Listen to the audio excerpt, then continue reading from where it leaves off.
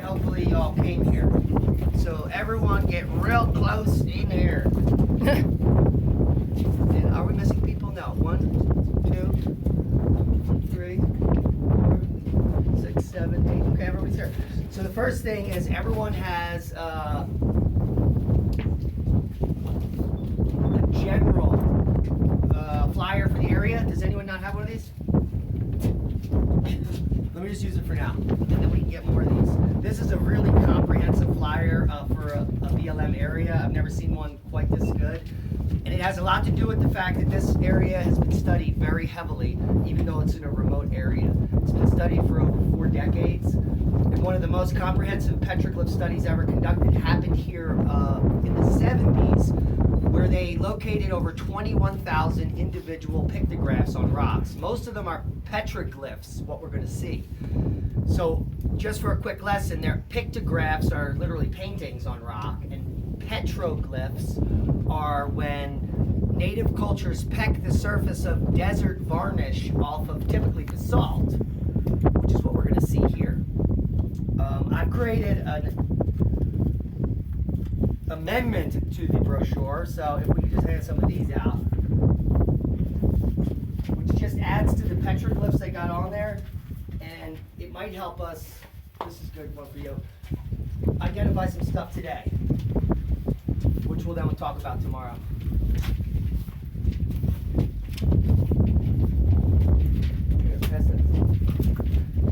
And our tour is Squatterman 2022 because we're going to be talking about a unique set of glyphs here, and all of the morphologies of those glyphs are in this little pamphlet, which all have to do with one single concept that we'll talk about at the conference tomorrow.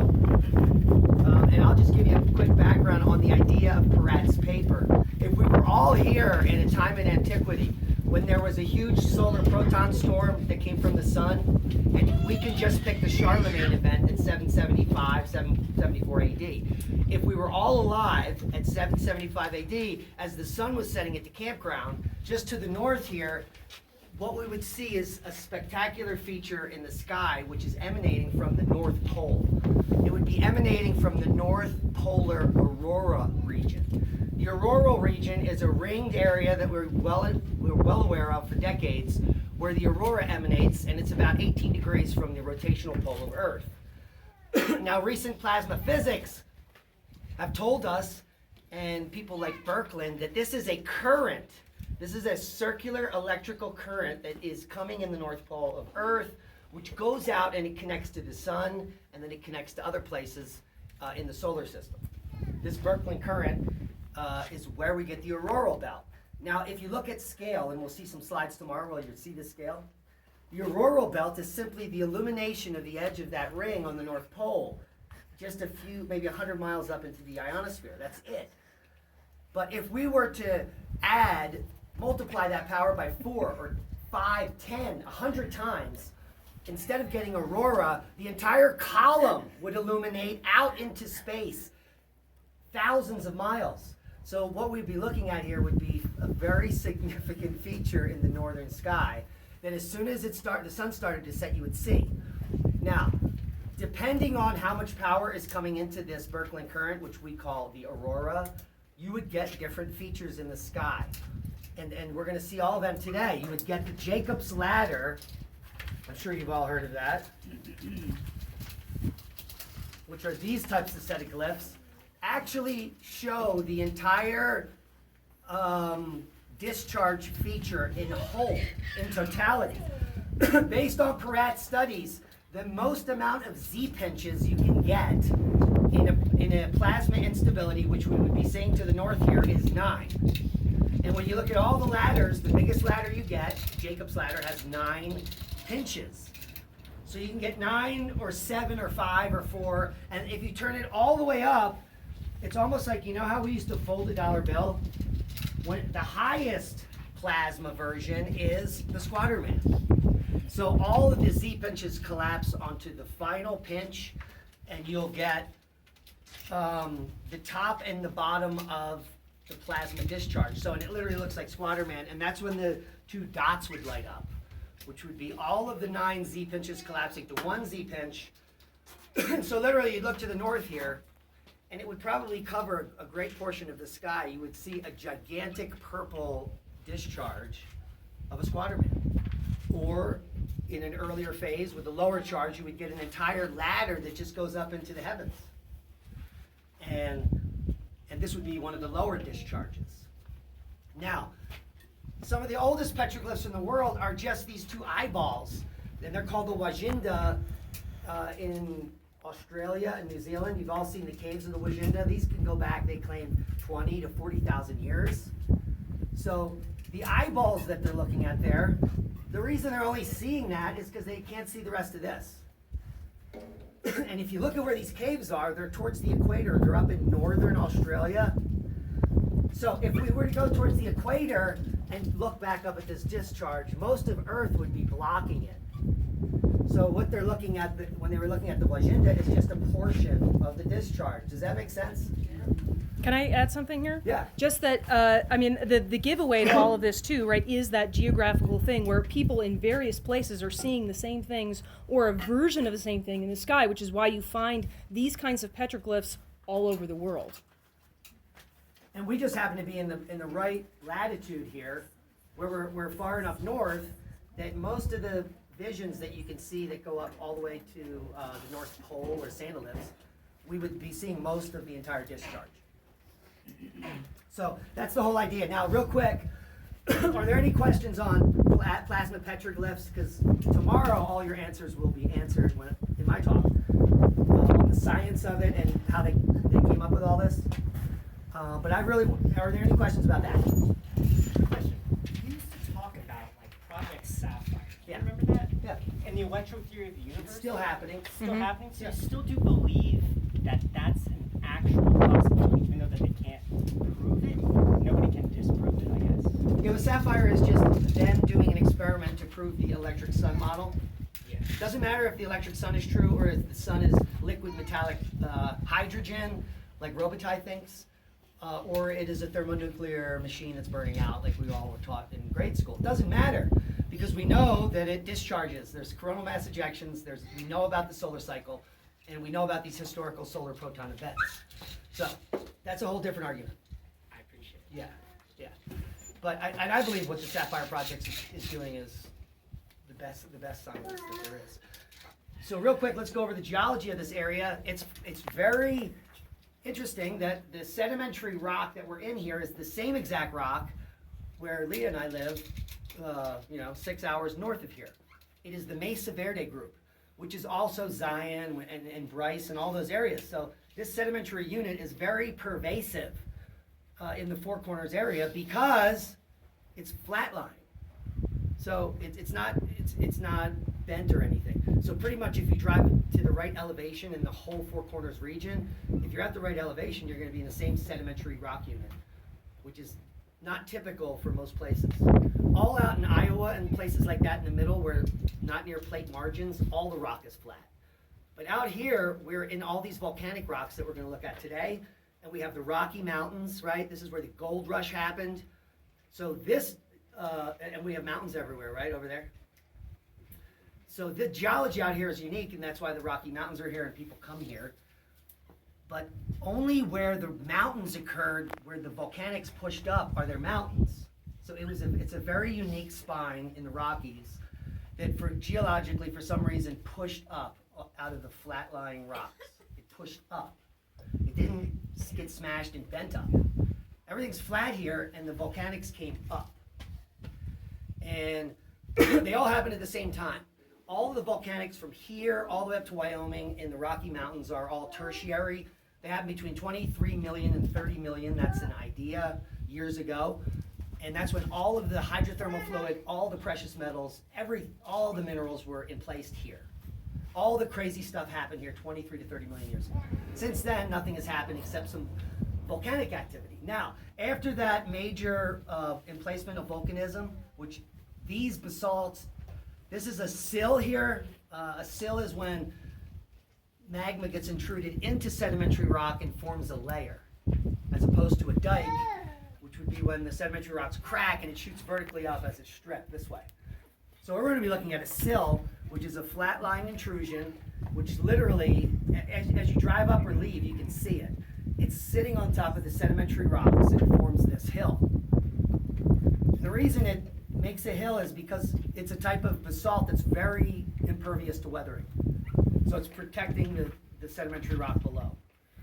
And this basalt was squirted in here 23 million years ago or so. Now the reason there's so many petroglyphs here is because there's a phenomenon in the desert called desert varnish, where manganese oxide and iron oxide, in the presence of bacteria, starts to form a coating on the rocks in the desert. And it's doing it by just taking a little bit of moisture out of the air and creating a chemical reaction. It takes a very long time.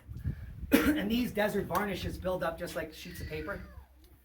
And so now we have techniques where we can actually measure the thickness of the varnish and tell how old it is at different locations, because at this location, the desert varnish grows at a different rate than in somewhere in Wyoming.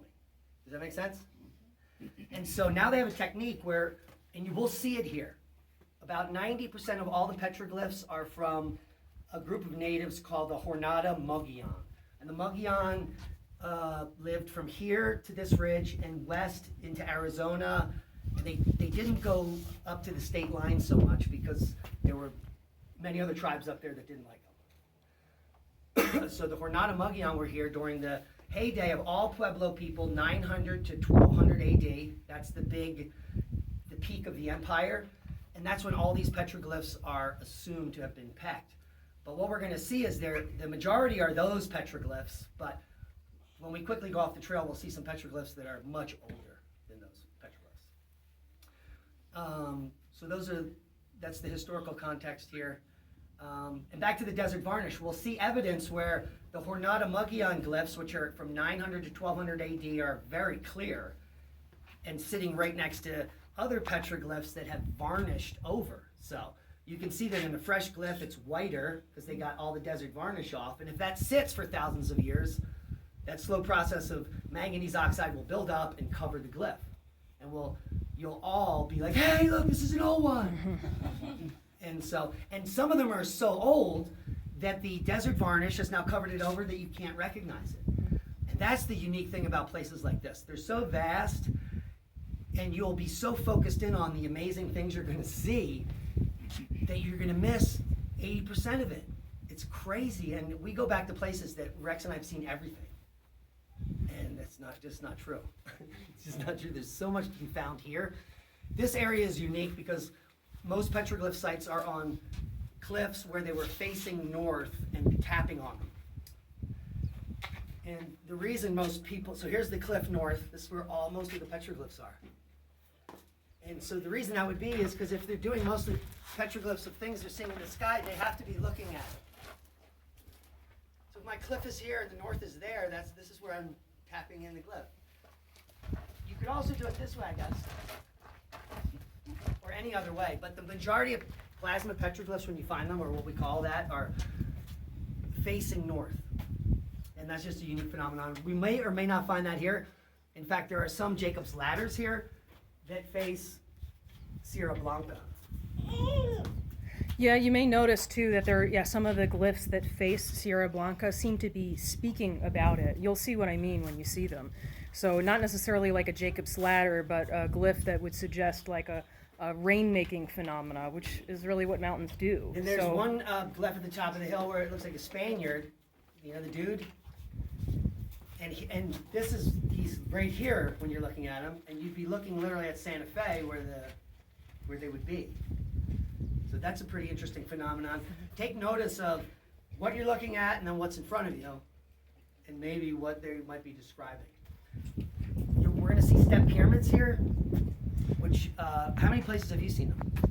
There's up 10, 15. Different sites. Yeah, they all have different pictures on them. Yeah, so there's a really significant thing to the step pyramid, not only in Egypt, but for the Pueblo people. And here it might be nothing more than simply describing a mountain.